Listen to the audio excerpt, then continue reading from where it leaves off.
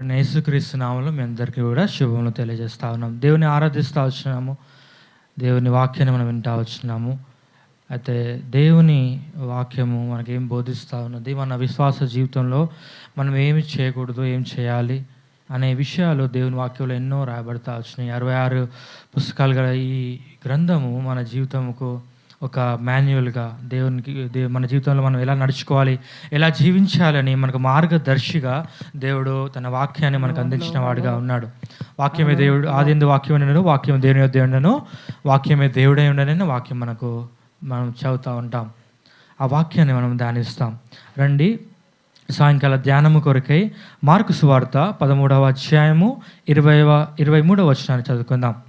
Mark సువార్త 3వ అధ్యాయము 23వ వచనాన్ని అందరం కూడా కలిసి చదువుకుందాం. మీ భాగాలను తీసి అందరూ కూడా చదువు రావాల్సిందిగా మనం చేస్తూ ఉన్నాను. అప్పుడు ఆయన వారిని తన యొద్దకు పిలిచి ఉపమాన రీతిగా క్షమించండి, మార్కు సువార్త 13వ అధ్యాయము 23వ వచనం, క్షమించండి, 13వ అధ్యాయము 23వ వచనం, 13th chapter 23 verse. అందరం కూడా కలిసి చదువుకుంటాం. మీరు జాగ్రత్తగా ఉండుడి, ఇదిగో సమస్తమును మీతో ముందుగా చెప్పి ఉన్నాను. ఈ మాటను మళ్ళీ మరొక మారు అందరూ కూడా కలిసి గట్టిగా చదువుకుందాం. మీరు జాగ్రత్తగా ఉండుడి, ఇదిగో సమస్తమును మీతో ముందుగా చెప్పి ఉన్నాను. చిన్న ప్రార్థన చేసుకుంటాం. ప్రియ పరలోక తండ్రి, నమ్మకం యేసుక్రీస్తువా, ఇక సాయంకాల సమయం అందు నీ వాక్యం వస్తుండగా వాక్యాన్ని మీరు జీవించండి ప్రభావ. నిలబడిన దాసుడు, నిష్ప్రయోజకుడు, ఏమాత్రం మత్సరం లేని వాడు ప్రభావ, నీ కృప చేత నా నోటి నింపుతూ రావాల్సిన ప్రార్థిస్తున్నాను. మీ వాక్యను, మీ మాటను అనుగ్రహించండి దేవా. సాయంకాల సమయం దీవెనగా చేస్తూ రావాలంటే ప్రార్థిస్తూ యేసుక్రీస్తు రక్షకుని నామములో ప్రార్థించి అడిగి వేడుకుంటున్నాను తండ్రి, ఆమేన్. చూసినట్లయితే ఇక్కడ ఒక ఆజ్ఞ ఇవ్వబడతా ఉన్నది. దేవుడు మానవునికి ఇస్తున్న ఆజ్ఞ ఏంటంటే మీరు జాగ్రత్తగా ఉండి అనేది చెప్తా ఉన్నాడు. ఎందుకంటే దేవుడు యేసుక్రీస్తు వారు శిష్యులతో చెప్తున్న మాట, అలాగే ఆయన అనుసరిస్తున్న ఆయనను రక్షకుని అంగీకరించిన మనకు కూడా ఈ మాట దేవుడు సెలవిస్తూ ఉన్నాడు. మీరు జాగ్రత్తగా ఉండుడి, ఇదిగో సమస్తమును మీకు ముందుగా చెప్పి ఉన్నానని చెప్తా ఉన్నాడు. ఎందుకంటే దేవుడు మన జీవితంలో శ్రమలు వస్తాయని, మన అనుదిన జీవితంలో దేవుని కొరకు మనం జీవించే క్రమంలో మనం ఎదుర్కొనే విషయాల్లో ఆ శ్రమలు దేవునికి తెలిసే ఉన్నవి. అందుకనే దేవుడు ఆ సమస్యను మనకు ముందుగా తెలియజేసిన వాడుగా ఉన్నాడు. అయితే దేవుడు జాగ్రత్తగా ఉండమంటా ఉన్నాడు. విశ్వాస జీవితం జీవించడము మంచిదే, కానీ మనము కొన్ని విషయాల్లో జాగ్రత్తను కలిగి ఉండాలి. ఏ విషయాలు జాగ్రత్త కలిగి ఉండాలి అనే విషయాలు ఈ సాయంకాల సమయంలో మనం ధ్యానిస్తాం. రండి, ద్వితీయోపదేశకాండము 6వ అధ్యాయము 12వ వచనాన్ని చదువుకుంటాం. ద్వితీయోపదేశకాండం 6వ అధ్యాయము 12వ వచనము తీసేవారు గట్టిగా చదవండి. దాసుల గృహమైన ఐగుప్తు దేశంలో నుండి నేను రప్పించిన యెహోవాను మరువకుండా నీవు జాగ్రత్త పడము. మొట్టమొదటి మాట చూస్తూ వచ్చినట్లయితే మీరు జాగ్రత్తగా ఉండు అని చెప్తున్న దేవుడు మొట్టమొదటి మాట ఏంటంటే మీ దేవుడైన యెహోవాను మరువకుండా నీవు జాగ్రత్త పడమని చెప్తా ఉన్నాడు. దేవుని మర్చిపోయేవారిగా ఉన్నాం మనం. వ్యక్తిగతంగా మన జీవితాలు మనము మర్చిపోయేవారిగా ఉన్నాం. రండి, కీర్తనలు 106వ కీర్తన 13వ వచనంలో మాట రాయబడతా వచ్చింది.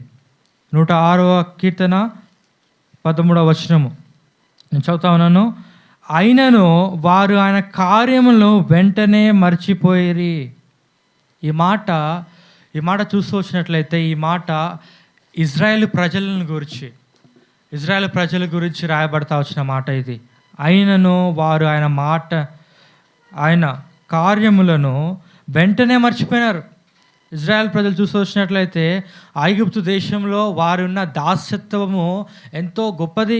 వారు పడుతున్న ఆ యాతన, ఆ దాస్యము, వాళ్ళు ఎంతో ఇజ్రాయెల్ ప్రజలు ఆ దాసత్వంలో ఉన్నారు. దేవునికి మొరపెడతా వచ్చినప్పుడు ఆ మొరను ఆలకించి దేవుడు మోషేని ఏర్పరిచి, నాయకుడిని ఏర్పరిచి ఆ ఇజ్రాయేల్ ప్రజలను ఊరికేనే బయట తీసుకురాలేదు, కానీ ఆ 10 తెగుళ్లను ఐగుప్తు దేశంలో జరిగించి దేవుడు వారిని ఎంతో గొప్పగా, వారు ఎన్నో సంవత్సరాల పాటు వారు ఎంతో ఎలాంటి జీతం లేకుండా దాసం చేసిన వారిని దేవుడు ఆ ఐగుప్తీయుల సొమ్మును వారు దోచుకున్నట్లుగా, అంటే వారి కష్టార్జితం అది, వారు ఎంతో కష్టపడ్డారు, వారికి ఎలాంటి జీతం లేకుండా వారు పనిచేశారు, ఆ సొమ్మును వారి జీతం ఇచ్చి వారిని సంపన్నులుగా చేసి దేవుడు ఐగుప్తు దేశంలో నుండి బయటకు తీసుకొని వచ్చిన వాడిగా ఉన్నాడు. కానీ వారు వెంటనే మర్చిపోయినారు. వెంటనే తిరిగే వారు రాగానే మర్చిపోయిన వారుగా ఉన్నారు. అనేక మార్లు ఆ ఐగుప్తు దేశంలో తిరిగి వచ్చిన వారు కానాను చేరు వరకు కూడా ఎన్నో మార్లు సనుగుతూ వచ్చినారు. దేవుని ఆ కార్యాలు, దేవుడు వారికి మన్నాన్ని ఇస్తూ వచ్చినాడు, దేవుడు మారను మధురంగా మారుస్తూ వచ్చినాడు, దేవుడు వారికి ఆహారం అడిగినప్పుడు ఆహారం ఇస్తూ వచ్చినాడు. ఆ 40 సంవత్సరాలు వారు చేసిన ప్రయాణం అంతా కూడా వారి బట్టలు నలిగిపోలేదు, చెప్పులు అరిగిపోలేదు. ఇలా దేవుడు ఇంత గొప్ప ఆశ్చర్యకాలు చేస్తూ వచ్చిన ఆ దేవుణ్ణి వారు మర్చిపోతూ ఉన్నాడు. వారి పరిస్థితి అలా ఉంటే ఈ జీవితంలో మనం అంత్య దినంలో మనం ఉన్నాం. మన పరిస్థితి ఏంటి? మనం ఎలాంటో ఉన్నా, మన స్థితి ఎలా ఉంది?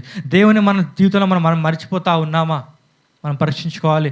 మనం ప్రశ్న వేసుకోవాలి. దేవుని మర్చిపోతూ ఉన్నాం. నిజమే, మన జీవితంలో అనేక మార్లు దేవుని ప్రజలమని చెప్పుకుంటూ ఉంటాం, కానీ అనేక మార్లు మనం చేసే పనుల్లో దేవుని చిత్తమును దేవుని పక్కన పెట్టేసేవారుగా ఉంటాం. దేవుని మర్చిపోయేవారుగా, మన చిత్తాన్ని, మన సొంత పనులు మనం చేసుకునేవారుగా ఉన్నాం. అందుకే దేవుడే సెలవిస్తూ ఉన్నాడు, జాగ్రత్తగా ఉండుడి, యెహోవాను మర్చిపోకుండా మీరు జాగ్రత్త పడండి. దేవుని మర్చిపోయినట్లయితే మనం ఎన్నో శ్రమల గుండా వెళ్ళేవారుగా ఉంటాం. రండి, దేవుని కార్యముల గురించి మరొక మాటలు చూద్దాం. న్యాయాధిపతుల గ్రంథము 2వ అధ్యాయము 10వ వచనంలో ఒక మాట రాయబడతా ఉంది. న్యాయాధిపతుల గ్రంథము 2వ అధ్యాయము 10వ వచనం. ఆ తరము వారందరూ తమ పితరుల యొద్దకు చేర్చబడిరి. వారి తరువాత యెహోవానైనను ఆయన ఇశ్రాయేలు కొరకు చేసిన కార్యములైనను ఎరుగని తరం ఒకటి పుట్టగా. చూసినట్లయితే దేవుని కార్యములను వారు మర్చిపోతూ వచ్చినారు. అలాగే ఆ ఇశ్రాయేల్ ప్రజల వాళ్ళ పితరులు, అంటే ఇశ్రాయేల్ ప్రజల తర్వాత వాళ్ళు కానాను చేరిన తర్వాత వారి సంతానం ఎవరైతే ఉన్నారో వారి పితరుల, అంటే వారి తల్లిదండ్రులు లేదా వారి తాతలు వారి కొరకు దేవుడు చేసిన కార్యములను ఎరుగని యెహోవానైనను, ముఖ్యంగా కార్యాలు తర్వాత చెప్తా ఉన్నాడు, ముఖ్యంగా యెహోవానైనను ఆయన ఇజ్రాయెల్ గురించి చేసిన కార్యములను ఎరుగని తరం ఒకటి పుట్టిందని చెప్తా ఉన్నాడు. పుట్టేసింది, అక్కడ జరిగిందని చెప్తా ఉన్నాడు. నిజముగా ఈ కాలంలో చూసినట్టే దేవుని కార్యంలో మనం మర్చిపోతూ ఉన్నాం. మన తరములు, రాబోయే తరములు దేవుని కార్యాలను, ముఖ్యంగా దేవుణ్ణి మర్చిపోతూ ఉన్నారు. లేదా దేవుడు ఎరుగని తరం ఒకటి రానై ఉన్నది. అలాంటి స్థితిలోనికి మనం వెళ్ళేవారుగా ఉంటా ఉన్నాం. చూసినట్లయితే దేవుడు ఇచ్చిన గొప్ప రక్షణను బట్టి మనం ఎంతో గొప్ప కార్యం చేసిన వారుగా ఉండాలి. దేవుని కొరకు దేవుడు మనకిచ్చిన రక్షణ బట్టి, దేవుడు ఇచ్చిన మనకిచ్చిన తలాంతులను బట్టి దేవుని వాక్యాన్ని, దేవుని సువార్తను ప్రకటించేవారు మనం ఉండాలి. చూసినట్లయితే ఈ దినము ఉదయం ఒక మాట చెప్తా వచ్చినాడు. ఒక సహోదరుడు, చార్లీ కర్క్ అనే మన సహోదరుడు హతసాక్షిగా చేయబడతా వచ్చినాడు. మన దినములలో చూసినట్లయితే రీసెంట్గా హతసాక్షి చేయబడతా వచ్చినాడు. అతను 19 సంవత్సరాల వయసులో తన సేవను, పరిచర్యను ప్రారంభిస్తూ వచ్చినాడు. రక్షించబడినాడు. 19 సంవత్సరాల ప్రాయంలోనే దేవుని పరిచర్య కొరకు, యవనస్తుల మధ్య దేవుని పరిచర్యను, దేవుని స్వార్థను ప్రకటించడం కొరకు తన పరిచర్యను ప్రారంభిస్తూ వచ్చినాడు. అతను 32 సంవత్సరాల ఆ ప్రాయంలో మనం చూసినట్లయితే అతను హతసాక్షి చేయబడతా వచ్చాడు. దేవుని వాక్యాన్ని ప్రకటిస్తూ ఉన్నాడు. ఆ సమయంలో అతన్ని షూట్ చేసి చంపేస్తున్నారు. అలాంటి త్యాగము దేవుని కొరకే, దేవుడు మనకిచ్చిన రక్షణ కొరకే, అలాంటి త్యాగం మనం చేయగలమా? మనం జ్ఞాపకం చేసుకున్నాం. అలాగే చూసినట్లయితే చార్లీ కర్క్ గారే కాదు, మనకు మరొక మన అంటే 2000 సంవత్సరాల ముందు, అంటే 2000 సంవత్సరాలు కాకముందు 1999లో చూసినట్లయితే గ్రహాం స్టెయిన్స్ గారు ఉంటావచ్చు. ఆయన ఆస్ట్రేలియా నుంచి మిషనరీగా ఇక్కడ భారతదేశానికి వచ్చి హిందువుల మధ్య ఎంతో అంటే హైందవులను దేవుని మార్గంలోకి తీసుకురావడానికి మిషనరీ పని చేసుకుంటూ 30 సంవత్సరాల పాటు అతను పరిచర్య చేస్తూ వచ్చినాడు. భారతదేశంలో అతను పరిచర్య చేసిన సమయంలో ఒడిస్సా ప్రాంతంలో మనోహర్పూర్ అనే ప్రాంతంలో ఆయన పరిచర్య చేస్తూ వచ్చినాడు. ఆ పరిచర్య చేస్తున్న అతన్ని హిందువులు ఎంతోమంది అతని మీదకి వచ్చి అతనితో పాటు అతని 2 కుమారులను సజీవ దహనం చేస్తూ వచ్చారు. అతని కారుకి మంట అంటించినారు. సహజీవ దహనంగా వారు అయిపోతూ వచ్చినారు. అప్పుడు వారి భార్య వారు సెలవు ఇచ్చిన మాట నేను వారిని క్షమిస్తూ ఉన్నానని ఆమె చెప్తా వచ్చింది. అలాగే రీసెంట్గా మొదట జరిగిన చార్లీ గారు యొక్క సతీమణి గారు కూడా ఇదే మాట చెప్తా వచ్చినారు.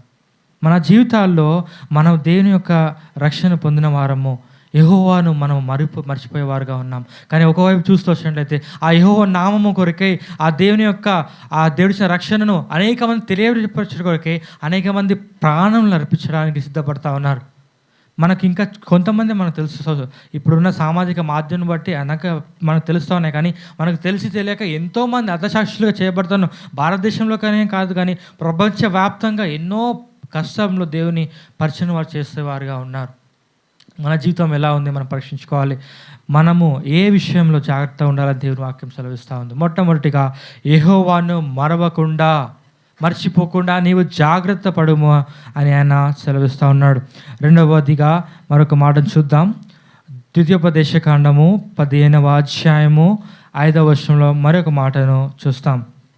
15వ అధ్యాయము ద్వితీయోపదేశకాండం 15వ అధ్యాయం 5వ వచనము, కావున నేడు నేను నీకు ఆజ్ఞాపించిన ఈ ఆజ్ఞలన్నిటిని అనుసరించి నడుచుకున్నటకు నీ దేవుడైన యెహోవా మాటను జాగ్రత్తగా వినయలా. చూసినట్లయితే యెహోవా అయిన నీ దేవుడైన యెహోవా మాట జాగ్రత్తగా వినిన ఎడల, అంటే దేవుని యొక్క మాటను, దేవుడు ఇచ్చిన ఆజ్ఞను మనము జాగ్రత్తగా వినేవారుగా ఉండాలి.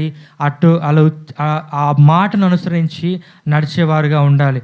అదే ఆ మాటను దేవుడు ఇచ్చే మాట దేవుడు మనకు చెప్పమంది. దేవుడు మనకు ఒకవేళ మనకు ఇచ్చిన తలాంత అయి ఉండొచ్చు, దేవుని కొరకు సువార్త ప్రకటించే భారం అయి ఉండొచ్చు. మనకు దేవుడు ఇచ్చినట్లయితే అది మనం నెరవేర్చేవారుగా ఉండాలి.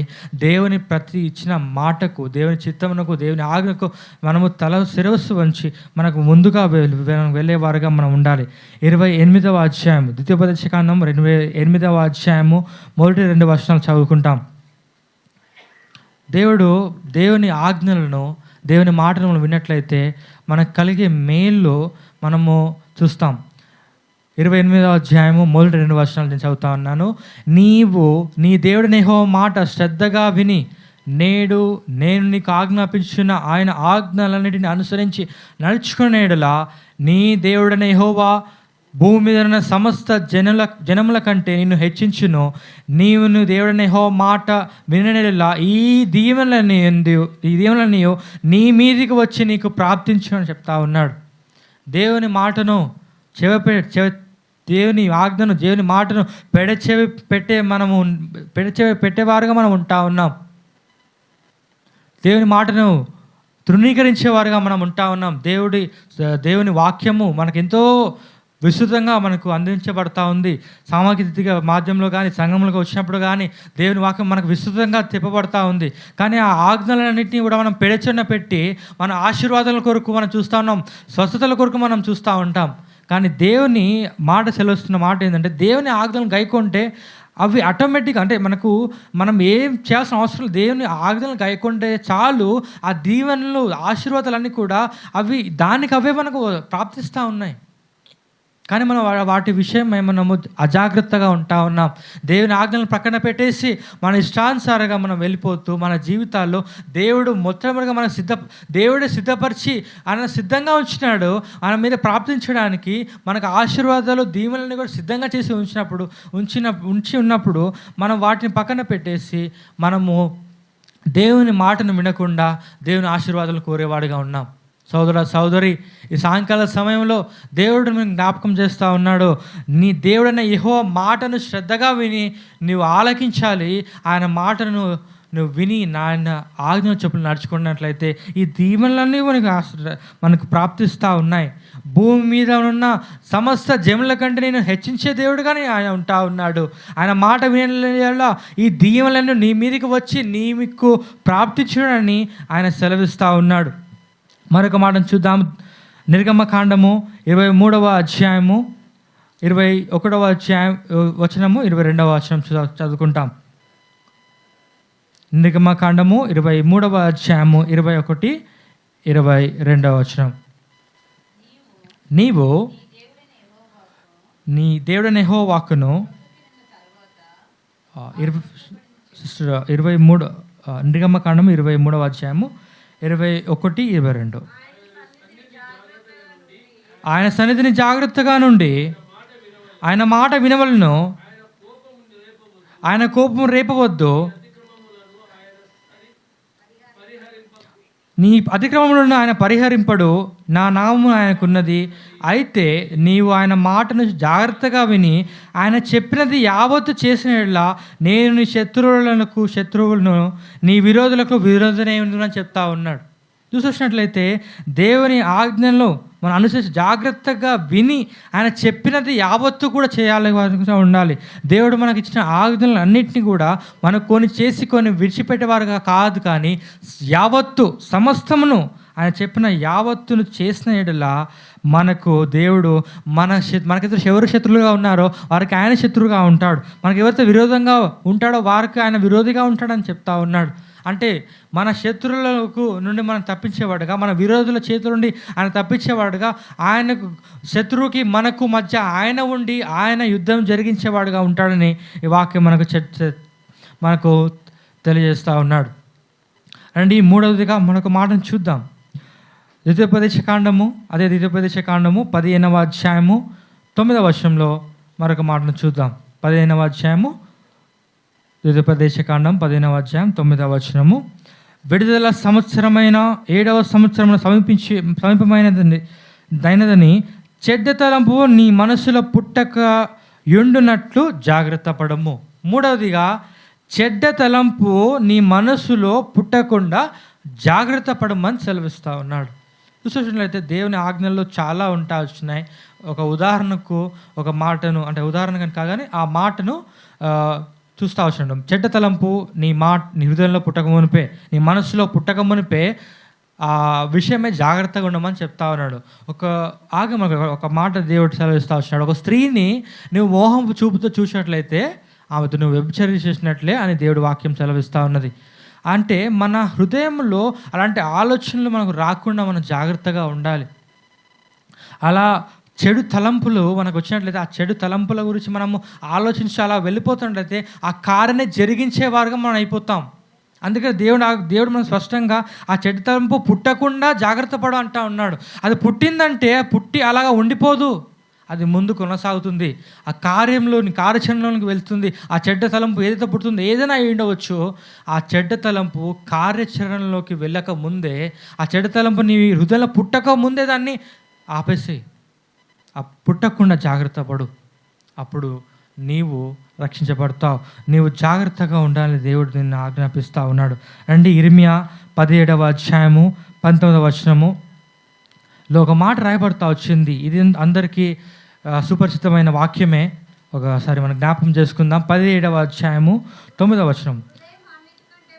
హృదయము అన్నిటికంటే మోసకరమైనది, అది ఘోరమైన వ్యాధి కలది, దాన్ని గ్రహింపగలవాడెవడు? ప్రశ్న, దాన్ని గ్రహింపగలవాడెవడు అని చూస్తూ ఉన్నాం. మన హృదయము, మన మనస్సు ఎంతో ఘోరమైనదని చూస్తూ ఉన్నాం. హృదయం అన్నిటికంటే మోసకరమైనది, ఘోరమైన వ్యాధి కలది, దాన్ని గ్రహింపగలిగిన వాడెవడు? ఎవరు కూడా గ్రహింపలేరు. మన హృదయంలో దేవుడు మనకు వ్యక్తిగతంగా బాహ్యంగా మనం బయటకు కనిపించేదంతా మనకు మంచిగానే ఉండవచ్చు, కానీ మన ఒక్కొక్కరి హృదయాల్లో మనం ఏం ఆలోచిస్తామని మనం ఒకరు ఒకవేళ వ్యక్తిగతంగా నా హృదయంలో ఏం నడుస్తుంది, నేను ఏం ఆలోచిస్తున్నాను, నా ప్రవర్తన ఎలా ఉందని ఒకవేళ మీకు కనిపించినట్లయితే నన్ను మీరు ద్వేషించేవారుగా, నేను ప్రేమిస్తున్నా కానీ మీరు నన్ను ద్వేషించే స్థాయికి వెళ్ళిపోతాం. ఎందుకంటే మానవుని హృదయ తలంపులు ఎప్పుడు కూడా చెడ్డవిగా ఉన్నాయి. దేవుడి వాక్యం సెలవిస్తూ ఉన్నది, మానవుని హృదయ తలంపులు ఎప్పుడు కూడా చెడ్డవని దేవుడే సాక్ష్యం ఇస్తూ ఉన్నాడు. అలాంటి చెడ్డ హృదయము, ఆ చెడ్డ తలంపులు మన హృదయం రాకుండా మనం దేవుణ్ణి ఎదుట మనము పరీక్షించుకొని మనము సరిచేసుకునే వారుగా ఉండాలి. ఎందుకంటే దేవుడు మన అంతరంగంలో ఎరిగిన దేవుడు మన అపరాధములను, మనం చేసే ఆ దుష్ట క్రియలను, ఆ చెడ్డ తలంపులను, ఆ చెడ్డ పనులన్నింటినీ కూడా దేవుడు లెక్కలోనికి తీసుకొని మనం పెడితే ఒక్కడు కూడా ఆయన ఎదుట నిలవనేరడు. కానీ దేవుడు కరుణా సంపన్నుడై ఆయన మనను క్షమించే దేవుడుగా ఉంటాడు. మనం ఇప్పుడు కృపకాలంలో ఉన్నాం. కానీ కృపకాలం గతించిపోతే మనకు ఎంత మొరపెట్టినా కానీ మనకు విడుదల కలగదు, మనము క్షమించబడలేము. దేవుని రాకడ సమీపంగా ఉన్నది. మన జీవితాల్లో మనం ఏ విషయాలు తప్పిపోతా వచ్చినామో, ఏ విషయాలతో జాగ్రత్తగా లేకుండా వచ్చినాం, 3 విషయాలు మనం ధ్యానించా వచ్చినాం. యెహోవాను మరవకుండా జాగ్రత్తగా పడాలి. ఏ విషయాలైతే దేవుని మనం మర్చిపోతా వచ్చినాం, ఏ విషయాల దేవుని విషయంలో మనము మన అనుదిన జీవితంలో, విశ్వాస జీవితంలో దేవుని పక్కన పెట్టేసి ఏ పనులు చేస్తూ ఉన్నా వాటిని మానివేసి ప్రతి విషయంలో దేవునికి ప్రథమ స్థానం ఇచ్చి ఆయనను జ్ఞాపకం తెచ్చుకొని ప్రతి విషయంలోనూ ఆయన జ్ఞాపకం ఉంచుకొని ఆయన చిత్తం అనుసరించి మనం నడుచుకునే వారుగా ఉండాలి. రెండవదిగా దేవుని మాటను విని జాగ్రత్తగా నడుచుకోవాలి. దేవుని యెహోవా మాట విని ఆ విషయమే జాగ్రత్తగా నడుచుకునే వారుగా మనం ఉండాలి. మూడవదిగా చెడ్డ తలంపు మన హృదయం రాకమునిపే, చెడ్డ తలంపు రానివ్వకుండా, ఆ చెడ్డ తలంపు పుట్టక మునిపే ప్రార్థన చేసుకుంటూ రావాలి. దేవుని ప్రార్థన చేయాలి. మన చెడ్డ తలంపు పుట్టక మానదు. ఎందుకంటే మనం మానవులము, మనుష్యులము. మన హృదయంలో చెడ్డతలంపు పుట్టక మానదు.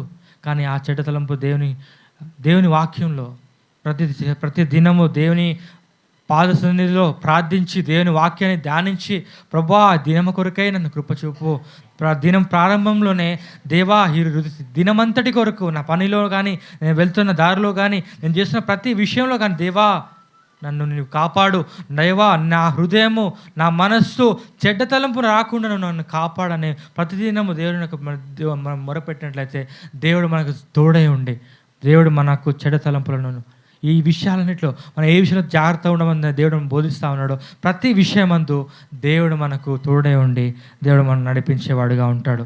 వాక్యం దేవుడు దీవించును గాక. ఆమేన్.